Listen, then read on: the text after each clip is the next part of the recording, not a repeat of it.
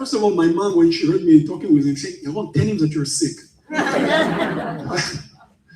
I'm not in high school anymore. It's not working like that. And I have responsibility for so many soldiers. Anyway, we went to Gaza, and there was a serious fight for more than a month. One day I was standing out of the army position. All of a sudden, 16 years old guy, Arabic, was riding a bicycle. He just smashed me with his bicycle and blew up himself. And me and one of my soldiers injured. And after a while, I was thinking to myself, 16 years old, what do you know about life? What do we know about life? How can he do something like that? Who sent him in? 16 years old, teenager. What's going on? Where it's coming from? Can you click again? No. Okay. 2003, I'm a deputy of a battalion. We got an emergency call and told us, listen, you have to come immediately to Gaza. Something terrible happened. What happened? IDF ATV, the special vehicle, armed vehicle of the IDF, was on his way in Rafah to underground tunnel that they found there. And they wanted to blow up the tunnel. It was a tunnel that crossed from Egypt to Israel, because the Hamas started with this tunnel in the early 90s.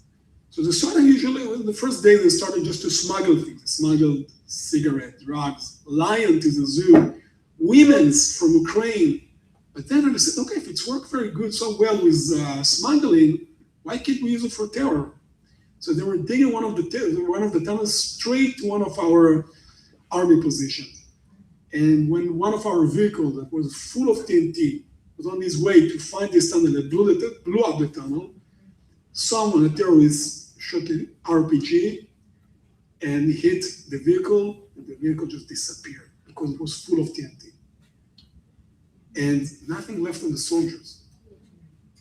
But we got a mission to bring all of them back home. They're not alive, but we say bring all of them back home is to find the remains from them and to bring them back home, because they have families, and their families need to meet them again and to have a place to go and to meet with them again.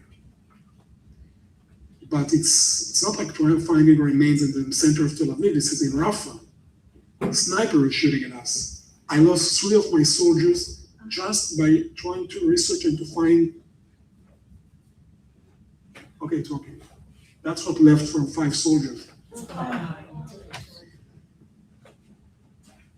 And I remember that I was asking my commander, we lost 3 soldiers on this mission just to bring some bones. Do you think that it's worth it? He said, Yaron, we don't understand. If there is no meaning for a bone of a soldier, there's no meaning for anything. At the end of the day, there is a family behind. And we will do everything to bring them back home. And you probably know, like last week, we brought back Rani Gvili. And I know his parents very, very well. They are actually right now part of my organization that I'm leading right now. And I told to his parents, I know the IDF. They will not leave them behind. He will be back home. Sooner or later, he will be back home. And that's what we did. 2005, we left Gaza Strip. Again, I remember that my commander told me, I was standing on a hill, look at Gaza. Next time we will get here, it will be the next Singapore. Why? Because he believes that if we will just leave Gaza, it's all about the property. It's all about the land. That's why they're fighting. So they will have no reason to fight against us. But vice versa. Immediately after we left Gaza, they start to launch rockets into Israel. They use this area to launch rockets into Israel. But we're talking about 15,000 rockets that were launched from Gaza into Israel since we left Gaza Strip. The last picture before we start to speak about October 7 is this picture.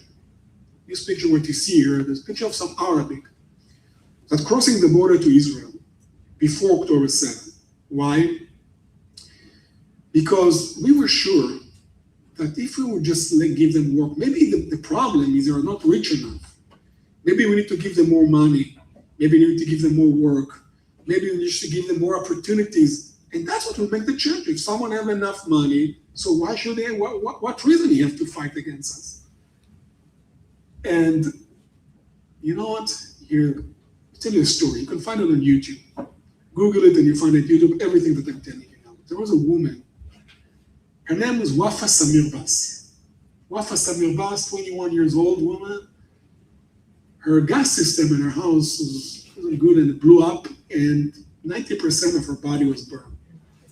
So, although that she's originally from Egypt, like many of the people in Gaza, that are Egyptian, their heritage come from Egypt, she then asked for Egypt to open the gate for her to get the medical treatment. Of course, she came to Israel because we are so mercy and even we are helping even to our enemies.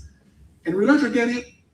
She made a skin transplant, 20 skin transplants in Soroka Hospital. One of the times, and she needed just to cross again the checkpoint. So the checkpoint, the indicator started to beep. Why, what's happening here? So we asked her the microphone, take off your coat, and we saw that her body is full of TNT, explosive charge. And then she tried to blow up herself, but it didn't work. So we catch her, we took her to investigation, and Shabak, the intelligence unit guy, asked her, where did you want to blow up yourself? Where? She said, in the hospital. Where in the hospital? In the same apartment where they getting the medical treatment.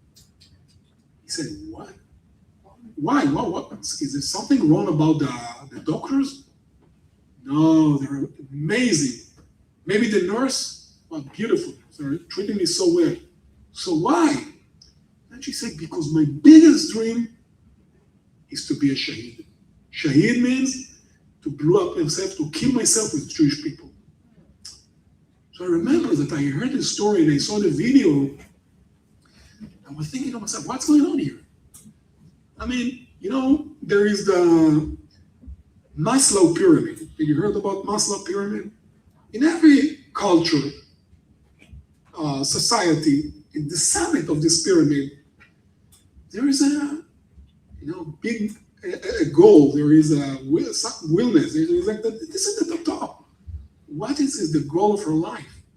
She made a skin transplant, and she's still planning. The biggest goal of her life is to kill Jewish with her. This is one of the problems before October 7th. We judged their culture from the eye of our culture. We didn't really want them to believe that they think different, they believe in different things. For them, this is the biggest wish, and still the biggest wish. Even if they're speaking different right now, it's a milestone for them to fulfill their biggest wish, to kill Jewish people. October 7th.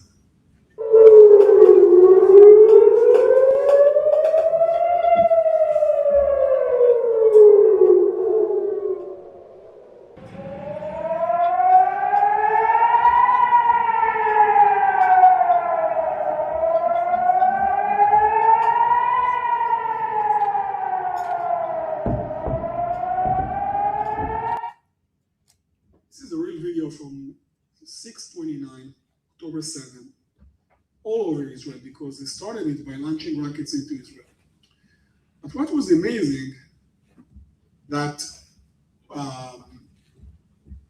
my son woke me up when the sound started. And he asked me a very weird question. Dad, is this a regular rocket or something different? Now think about this question. Is this a regular rockets, or something different? And I called to my commander, the Gaza division commander, and asked him the same question. Is this a regular rockets or something different? No, I'm asking you. How can rockets that launch into Israel can be something regular? But the thing is that for the Israeli society, we decided that we can live with that. We have the Iron Dome, we have the sirens, we have shelters, so why not? We can make it something that is irregular in our life.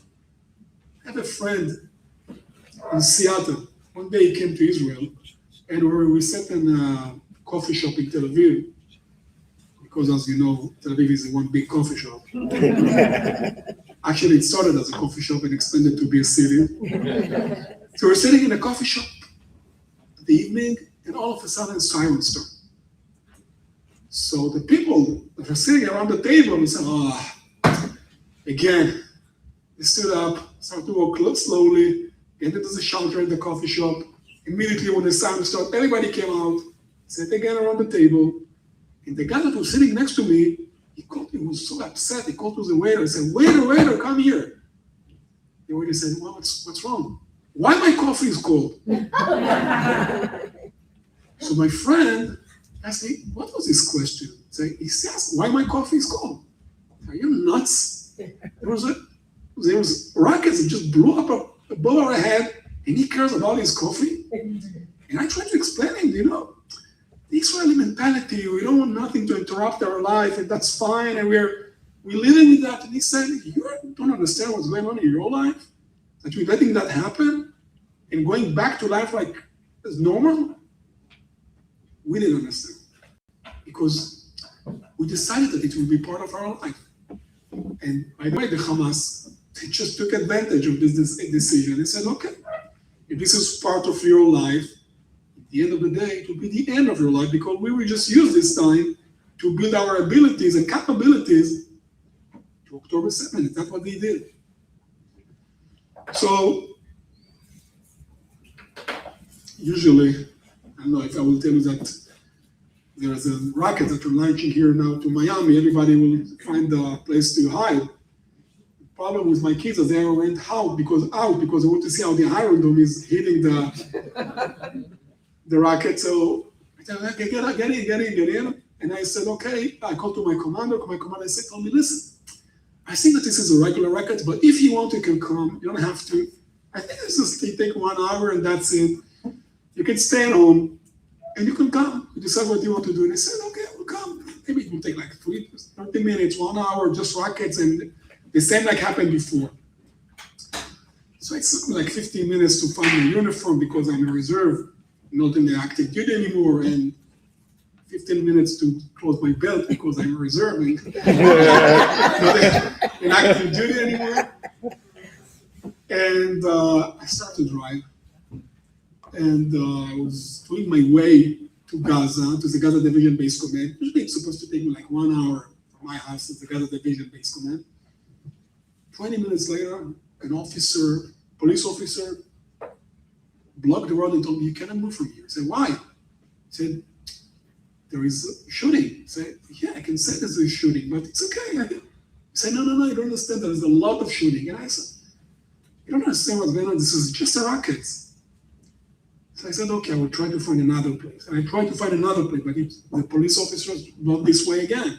I said, what's going on with them? They're so scared from just rockets. I didn't know that there are terrorists already all over. So I found a dirt road that I knew from my military service, and I used this dirt road.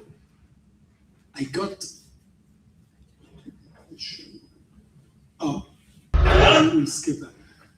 I got to the gate of my military base, and I saw 2 motorcycles landing on the sidewalk. I didn't recognize this motorcycle. I said, there is no motorcycle like that in Israel.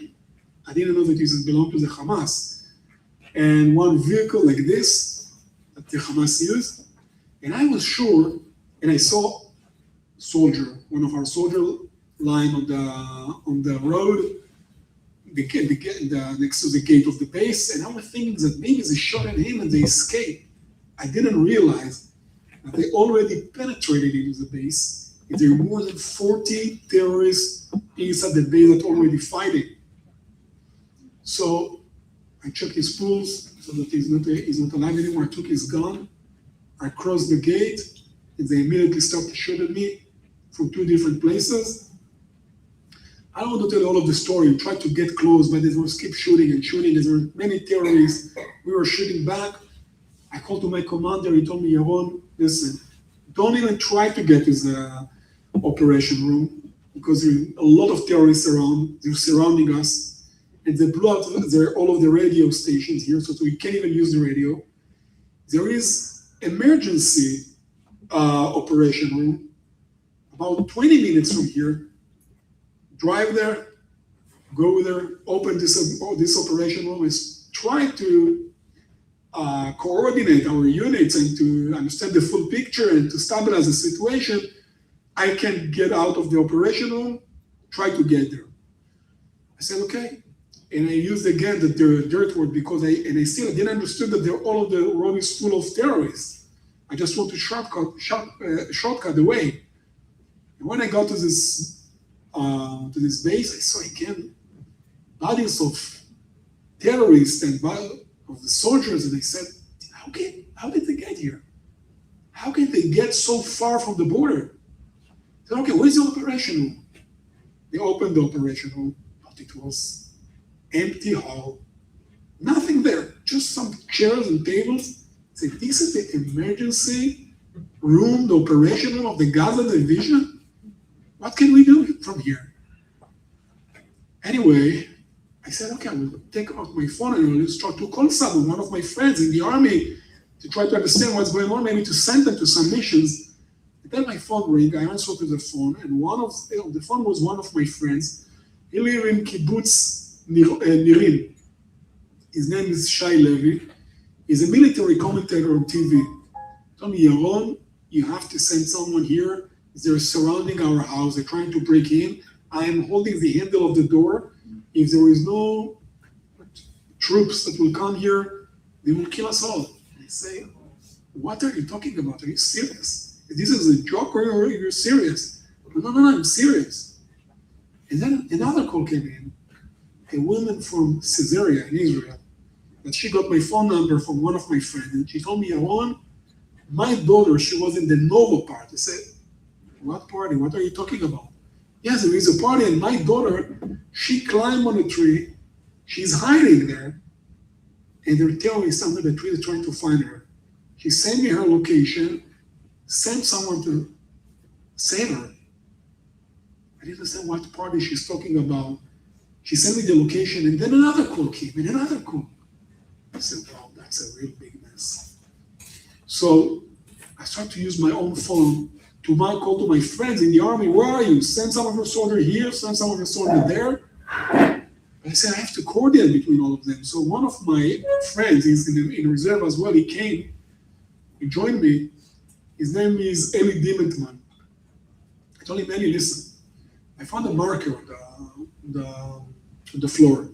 Take this marker, and every place that we're sending our troops, I want you to write on the window, because there was no computers there was no nothing, where exactly we send them, so they will not send time after time the same, forces to the same place. I remember that after 1 hour, I felt that the room became darker. I said, and then I looked around and I saw that all of the windows was full. We already wrote on all of the windows. Then I said to myself, wow, this is a big deal. It's not only in one place and not 2 places, it's all over the Gaza Strip. This was the first time that I really understood how big it is. By the way, the Hamas break into Israel and penetrate from 87 different places around the Gaza. 7,000 terrorists. 4,000 of them was Hamas members belong to the Hamas, part of the Hamas. 3,000 other were, I don't know if this is the right word in English, the mob. They just brought a knife, an ox, or whatever they found, and she just came to say, oh, we have an opportunity to kill Jewish people. I don't know if you heard this. It was a video of one of them calling from Kibbutz Lefarsim to his mom and say, wow, you'll be proud of me. I killed 10 Jewish people with bare hands, with my bare hands. Vicious animals. 7 hours later, I'm in the operation room. My commander came, my commander in reserve, and I saw that his faces are white. I said, oh, his name is Oren. Oren, what's where have you been? I thought that he was at home. I didn't know that he was fighting in the Nova party. He couldn't speak. He tried to speak time after time, but he couldn't speak. He got into the toilet, he locked himself. After 10 minutes, he went out. Yaron, we have to save a Jewish life. I said, that's what we were trying to do, but I can't stay here. I want to go back to the Gaza Division Base Command. So, are you crazy? They're full of terrorists all over. They will kill you. So, all right, I have a gun. I have my own car. I'm going there. So he's my commander in reserve. So he told me, Yaron, this is an order. You're not leaving. Yaron, we're in reserve. You cannot give me orders. I do whatever I want. It's not like we're in active duty here. Said, okay, do what you want. So Eli Dimentman, this guy that I told you about, he jumped into the car. I told him, Eli is my deputy. You can't come with me. I said, why? Because your brother murdered 10 months ago in the north of the Judean Samaria in a terror attack. Now you want to come with me into the danger? No, I'm coming. I'm not asking. I'm here.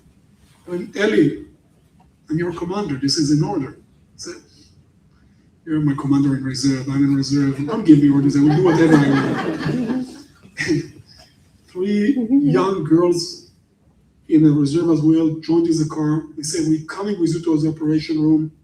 Again, Eli told them, it's an order. I said, same answer. I said, okay.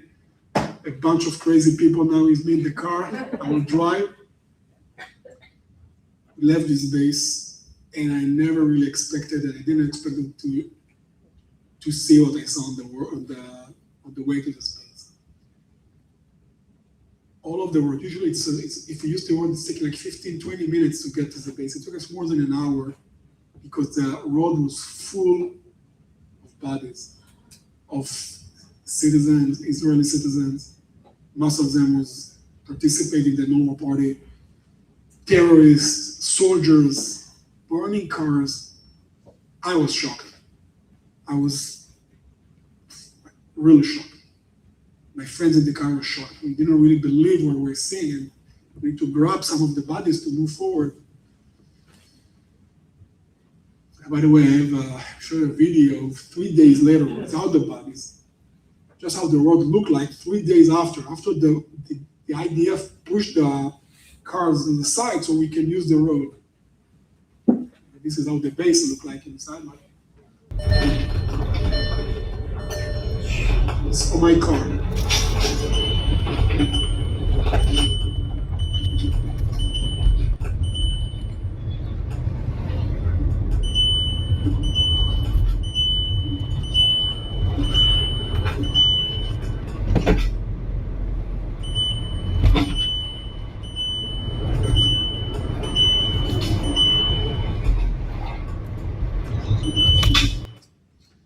So what you see here is hundreds of cars that belonged to those who was in the Nova party.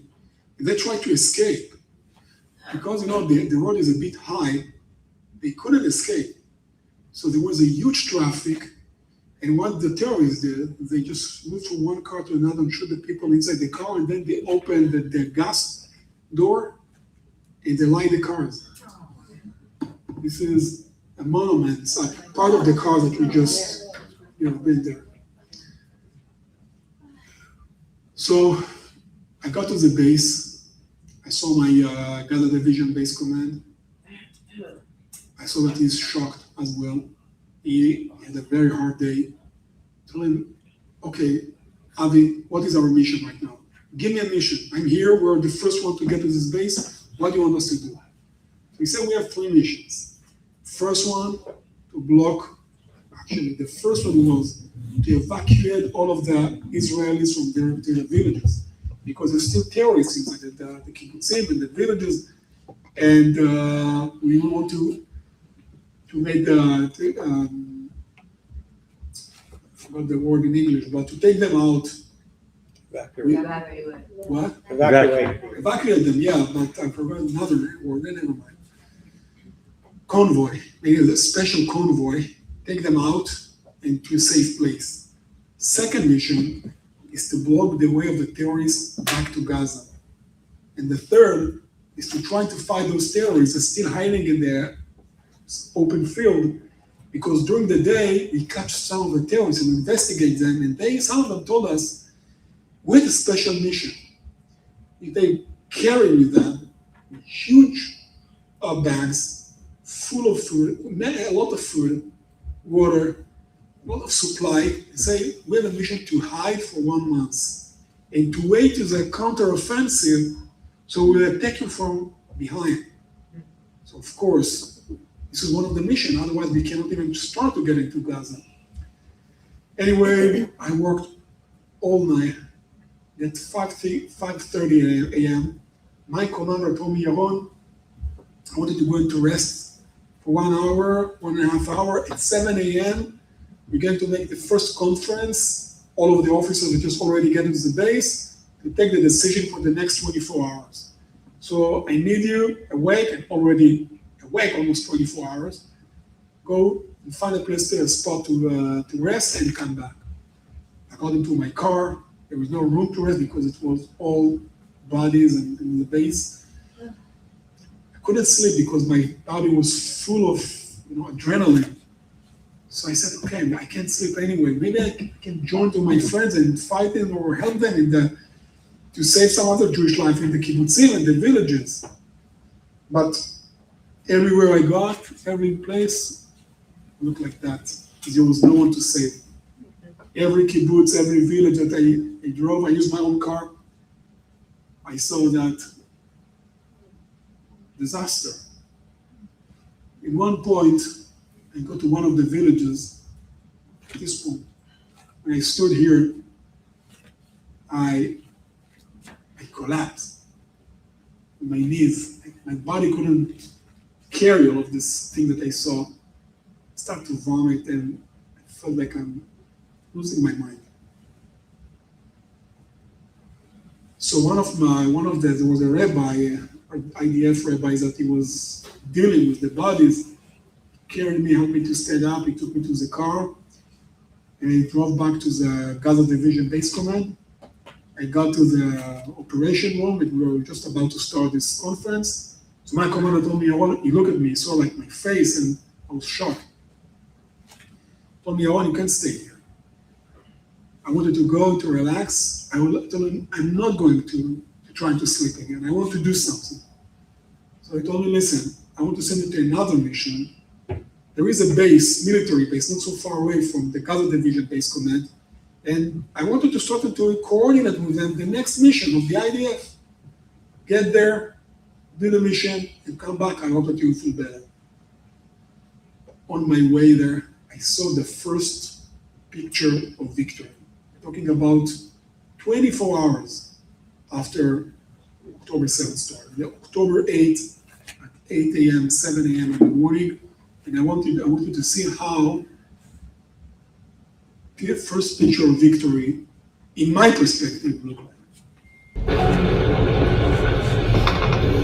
What you see here is endless line of reserve soldiers. It's a huge traffic, 100 kilometer traffic. It's like, I think, 60, 70 miles traffic. Reserve soldiers, 350,000 reserve soldiers that came in October 8th. Nobody called them. Nobody sent them a message. Nobody told them to go. They left their own families and they came with their own cars. Some of them you see with the flags. Huge traffic. And I was shocked to see all of them. Because just a couple of hours before, I saw all of these burning cars.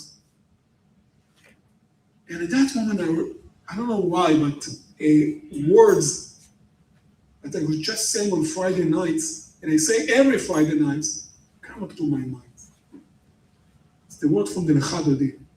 We're going to Friday, the synagogue, we say a special, it's called poem or song, but how we're expecting the Shabbat to come from Lechadodi. And there are some words that they never really get mentioned. And then sometimes it's had such a serious and deep mention. התנערי מעפר קומי. Stand up from the dust. Because when I saw this endless line of soldiers, I felt we're standing up from the dust. Because in October 7, we were deep in the dust. You know what? Even in October 6, but the Israeli society was so divided, if you remember. And then, October 8, all of the Israelis wearing uniform, coming together, Ashkenazi, Sephardi, religious, non-religious, left wing, right wing, everyone wearing the uniform and coming. Livshi bigdei tifartech ami. This is your time to wear the clothes of the nation. What are the clothes of the nation? It's not a Zara, for the women's here, and it's not an Old Navy or Gap. This is the IDF uniform. This is the clothes of the nation that we all wear. We all agree about.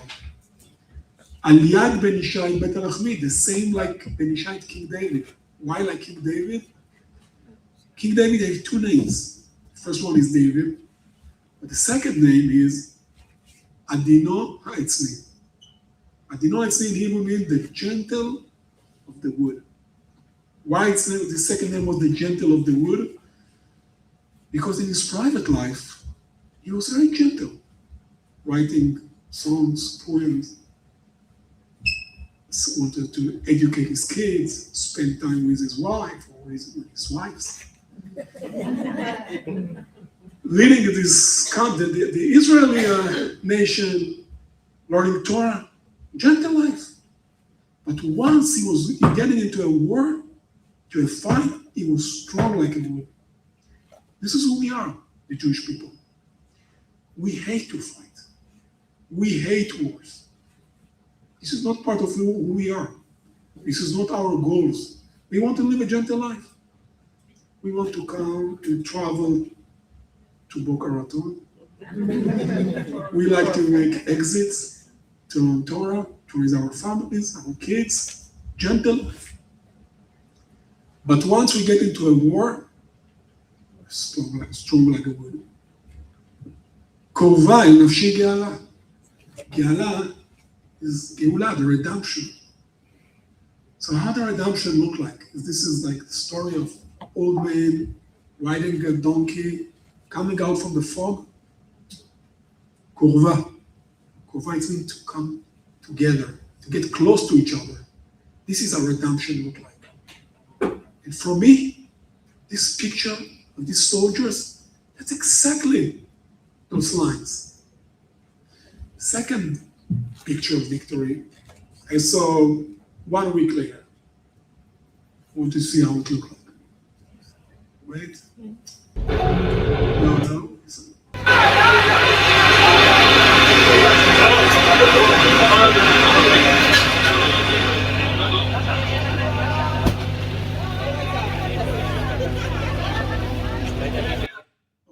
You saw here is 1 week after the October 7 started, like a mushroom after the rain, all over the Gaza envelope start to pop up special stations of Jewish from all over the world came, and they want to give something to the soldiers. So they gave food, and they made a barbecue, and they gave socks and undershirts, and believe me, I go to the war, skinny, I get more fat.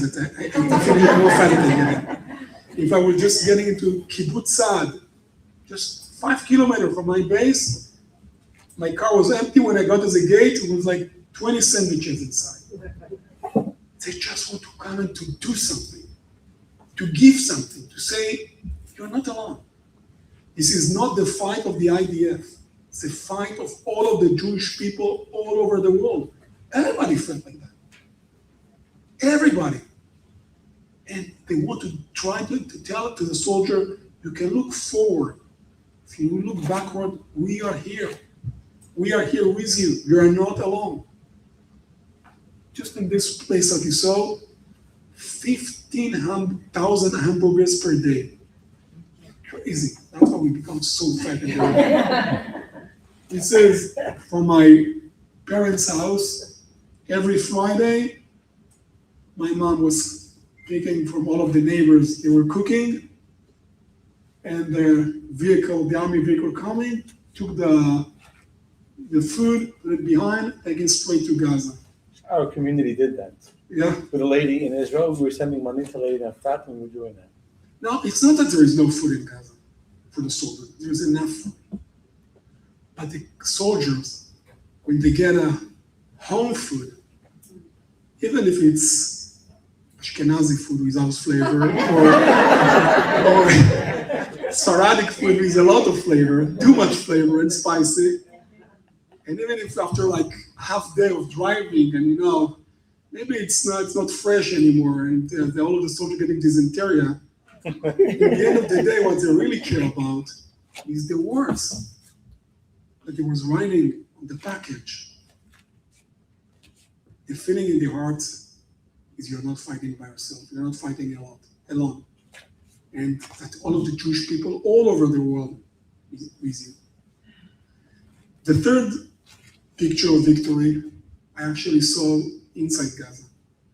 So the war started, the counteroffensive 3 weeks later, for many reasons, and we crossed the border. By the way, Rebbe, I want to show you the first tank that crossed the border.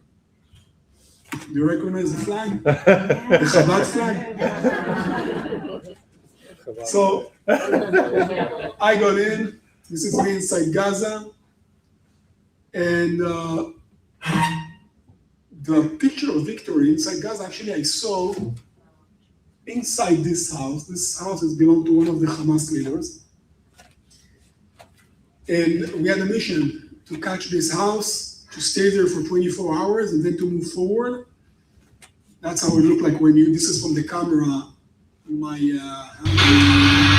Wait.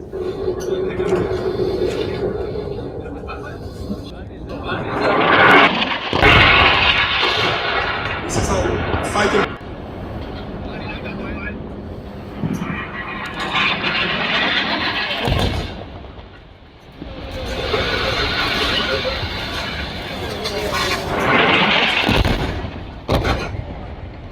Then we run, we got into the house.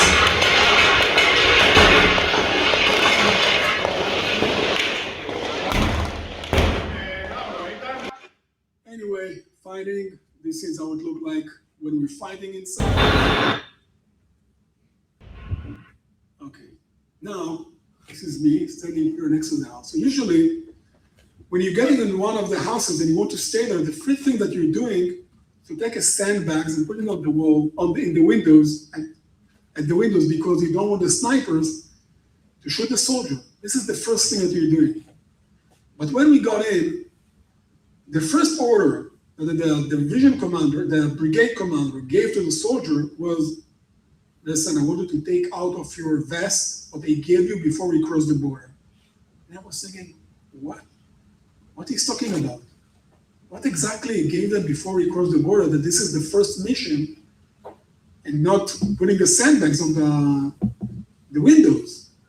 And then they opened each other's vests in the back, and they took out letters from young kids, Jewish kids from all over the world. And he told them, I want you to stick it to the wall, inside the house. So I asked him, his name is Itai. Itai, why are you studying with these letters? So he told me, Yaron, I want my soldier to remember why we are here. We are not here just to destroy all of Gaza, to kill all of the Arabs. We are here to ensure the safety and the security of the next generation. And every day, before they get into the mission and when they're coming back, I want them to look at these letters and to remember what we are doing here. Because if we will not be here and fight, there will be no next generation. And I was thinking that when I was in high school, they teach us a song, a poem, that was writing by Chaim Nachman Bialik, one of the Israeli authors. It was writing exactly in October 1903, 120 years ago, before October 7th, exactly. The name of the song is called In the City of Death. It talks about rioters that came into in Moldova, and they killed, in a very brutal way, all of the Jews there. This is just small part of the song. Are you going to sing for us? What? You're going to sing for us? No, it's not. There is no. There are other things that you can sing it. But if you read it, you can read the full describe of October 7th, 120 years ago. This is a small part. Try to find it, Google it. And I was thinking to myself, so what actually changed? If 120 years ago, the same thing that happened in Moldova, in a Jewish community, in one of the villages, and the writer got in and did whatever they want, and that's happening again now.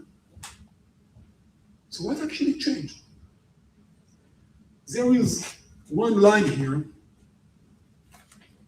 if you just notice this line, you can see what changed. And this line describes that when the rioters came in, and they slaughtered and killing and doing very hard things, some of the men were hiding behind the barrels of the wine and the oil, and they were praying to God, I hope that it will not happen to me too. I hide, you don't see me. I just pray, please save my life, that it will not happen to me, what happened to my wife now, my daughter, and so on. We are not this Jewish anymore. We are not the Jewish that hiding behind the barrels. You know what we are? We are a proud Jewish that leaving our house, getting in the cars, and going to fight and to stand for our own country, for our own land, for our people. We are not escaping anymore. We are not afraid. Listen, we have troubles in Israel, but you know what kind of troubles? Troubles of a nation that have its own country. It's not a trouble of a nation that don't have its country. They just need to escape from one place to another for years, 2,000 years. When we were in the place where I grew up, one of our neighbors, a friend of my mom, one day she went to the rabbi, to the Chabad rabbis next to our house. She told me, Rabbi, many problems. What are your problems? Oh, my daughter, she's a teenager. She came back from school day by day. She's not talking with me. I'm asking her, how was the day? Fine, Mom. What did you eat? Fine, Mom. Where are your friends? Fine, Mom. And my boy, they kicked him again from school. This is the third time that he's breaking the window. And my young baby, 1.5 years old, she's not walking yet. So the rabbi told her, do you think that you have trouble? Your neighbor have no kids, that's the trouble. When we don't have Israel, we don't have our homeland, we don't have our house, our place, that's the real trouble. Now I want to finish with one last story that maybe explain better the perspective. We have time? In 2002, I was a company commander. I was responsible for more than 100 soldiers. One night, my commander, this is me, when I was a company commander. So my battalion commander told me, Yaron, listen, from the intelligence unit, they give us information that there is a terrorist doing his way to attack one of our army checkpoints. Take your soldiers and go and help them. I said, okay, it was like 7 p.m. said, okay, we'll take some of my soldiers. We'll wait. We'll make some ambush. We'll try to find this terrorist. So we were waiting and making ambush, lying in the bushes. And then all of a sudden, I heard the noise of shooting in one of the villages next to this is the army checkpoint. The name of the village is Hamra. And this is agriculture village. Most of the people that are working are agriculturists. So I get to the main gate of this village, 7 p.m., dark. I saw some soldiers, reserve soldiers in the gate, and I asked them, did you hear that noise of a shooting? They said, no, are you sure? I said, yeah. I said, I'll go and check anyway. And I started to drive with my vehicle all over the village, and when I got here, they told me the radio, listen, there is a shooting from the greenhouse straight to the village, towards the village. So there is a terrorist that is hiding somewhere here. I said, okay, one terrorist, it's not a big deal. We've been in Gaza, we fought everywhere. And some of my soldiers in my car were like new soldiers. So they told me, I felt that they were a bit scared. So I tell them, are you okay? Actually, I didn't say that like that because I was a commander. I said, are you okay?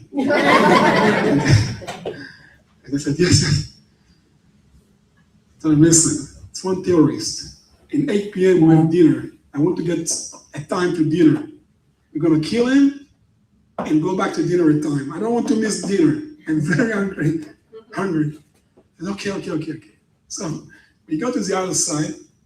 We left the car, told him, okay, we're gonna kneel. I'll give you an order. I'm going to count back. When I say fire, we will shoot. And then we will see from which greenhouse they're shooting at us, or he shooting at us, and we will kill him. We'll find him and kill him. I count back. As I say fire, start to shoot. Someone started to shoot at us from behind, from the village. When I'm saying from behind, it's like 12 feet. I looked back and I saw a soldier in uniform with M16 shooting at us. I didn't realize that this is a terrorist that he wore IDF uniform, pretend to be a soldier. He was shooting at us. And I said, stop, this is a friendly fire. Because I saw that he is our soldier, one of our soldiers, that he think that we are the terrorists. But he didn't stop. He started to run straight to the center of this village. I tried to run after him, but I felt, time after time, I stood up and I felt, and I looked down and said, is there any obstacle here? And I saw that my shoe is open, and I understood that I shot in my foot. But because of the adrenaline, I didn't feel anything. And my driver told me that he shot in his back. So I started to crawl after his trail of this terrorist. And the terrorist, he got into one of the Jewish house.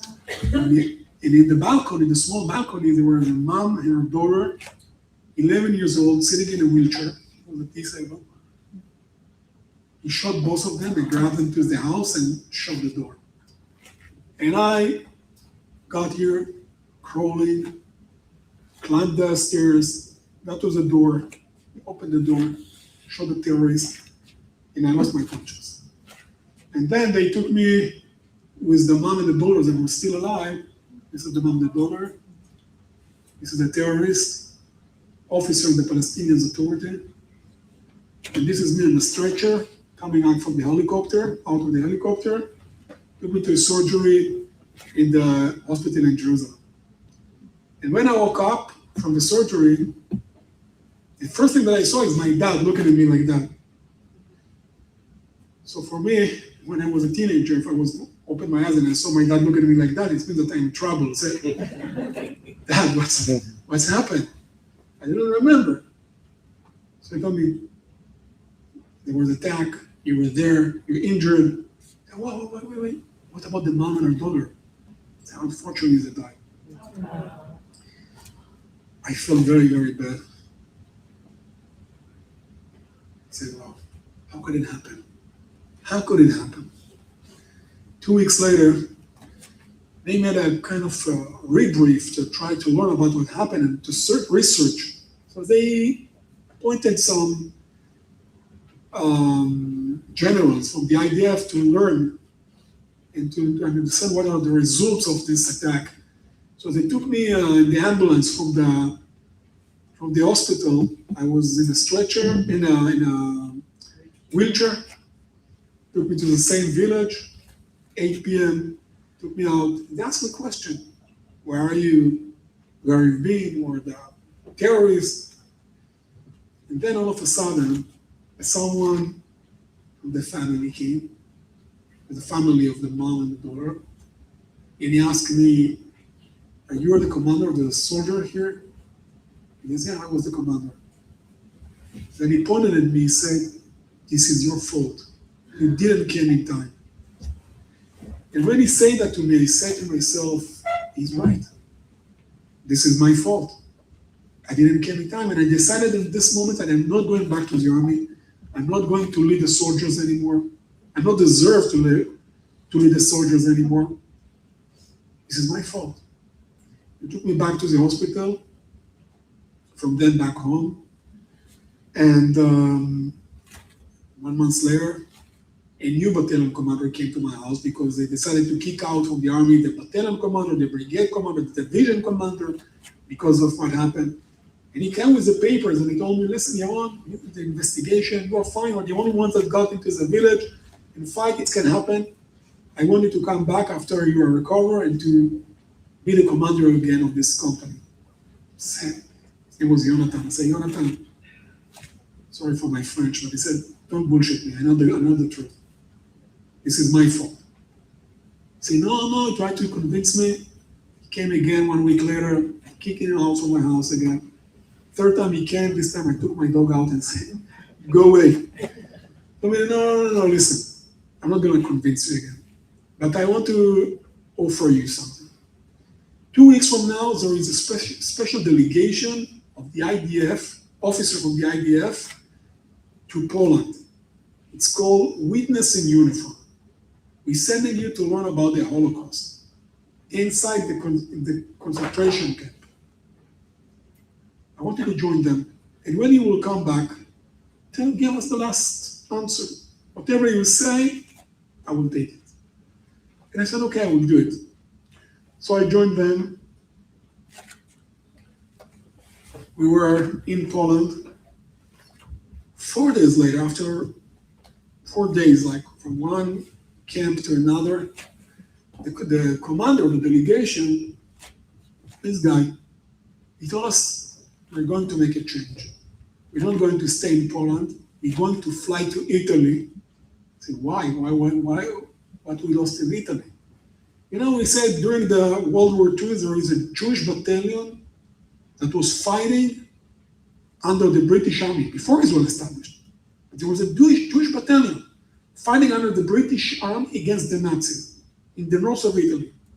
We want to go there to learn about this battalion, to go exactly where this battle took place. So we didn't really care about the battalion, this battle. We were caring about switching from Polish food to Italian food, again, without flavor and with flavor, pasta and pizza. So we land in the north of Italy, and we start to walk as a group in a small town. I think that the correct name is Fina Fagiana. And as we walk there, the old man started to walk next to us. He was stunned to see Jewish soldiers. And look at us, and he started to ask us in broken English like mine, not with my British accent, but broken English like mine. Are you a Jew? I said, yes, we are. No. Are you at the IDF? He said, yes, we're at the IDF. And he started to walk from one soldier to another and to kiss the Israeli flag on our shoulder. And then he sat on the ground and he started to cry, but a very real, deep, emotional cry. We helped him to stand up, and then his sadness turned into an anger, and he started to shout at us, where have you been? Where have you been? Why you didn't came in time? What are you talking about? If you're just coming in time, my entire family was still alive. He was a Jew. And all of his family killed during the Holocaust, murdered by the Nazis. But who could get in time? Israel wasn't established yet. There was no IDF. There was no one that can come in time. Actually, there was many soldiers that could come in time. But they didn't want. They didn't want to spend even one bullet for Jewish people, those who were fighting there. Because Jewish life, next to one of the concentration camps, there was a very unique horses. And there was a military operation to save these horses from the hands of the Nazis. But Jewish life, nobody really cared. Because those days, a Jewish life was less than a horse. Nobody really cared about the Jew. So we then came back to Israel, and I said to my commander, I'm taking this battalion at this company again. I'm going to be the commander. 10 months later, 4 a.m. in the morning, he woke me up and he told me, Yaron, there is a terrorist that's doing his way to another village next to where I injured, called Pkaot, just next to this village where I injured. 4 a.m. in the morning, I wanted to take your soldiers and to go to find them. Wow. This time, my mindset was different. First of all, I wasn't sure myself that I'm going to win. And I was thinking to myself, wow, last time when I was in Hama, in this village, I took my vest, I took my gun, I took my helmet, magazine, I didn't do God with me. And I started to pray and to say the psalms of Tehillim. המלמד ידיי לקרב, אצבעותיי למלחמה. God will teach my hands how to fight and my fingers how to use them during a battle.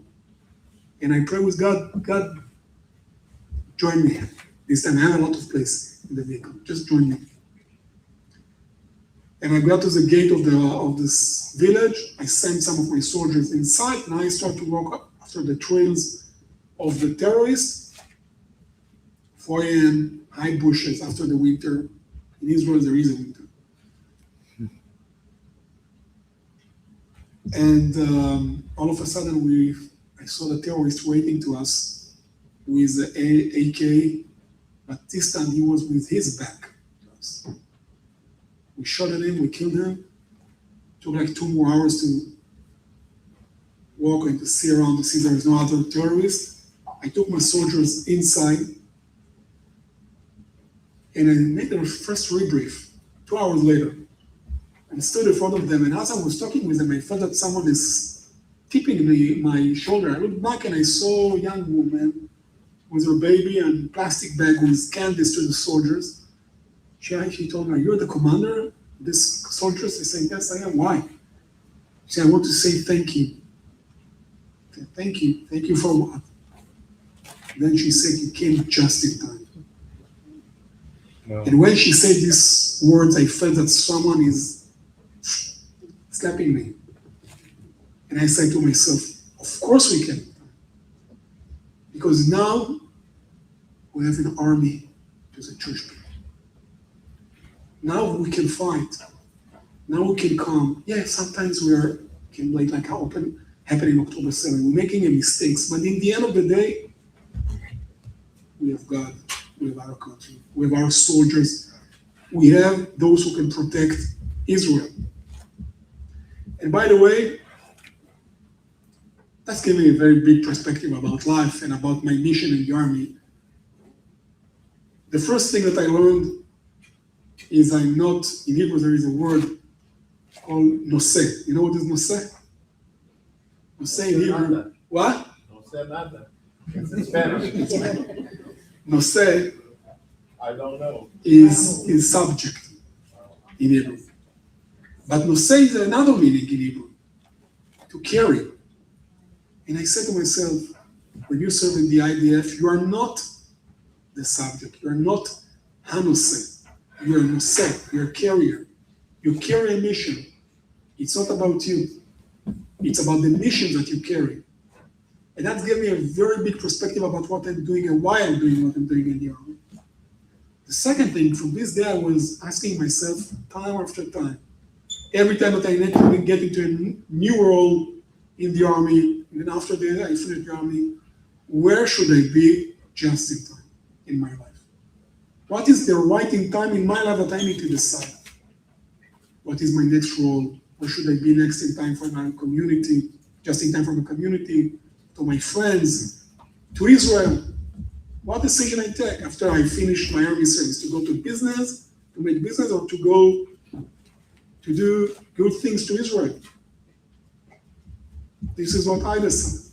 And I decided to go, and yes, I established with one of my friend organization called the IDSF, Israel Defense Security Forum. We're doing a very big missions in Israel. By the way, you can Google it and you can use it because there is one of the things that we're having is a website that it can share with you all of the media and we're writing a lot of things about what really happened, and we use it. We have to use the government to take decisions in Israel. We have to the governments around the world to take the right decision.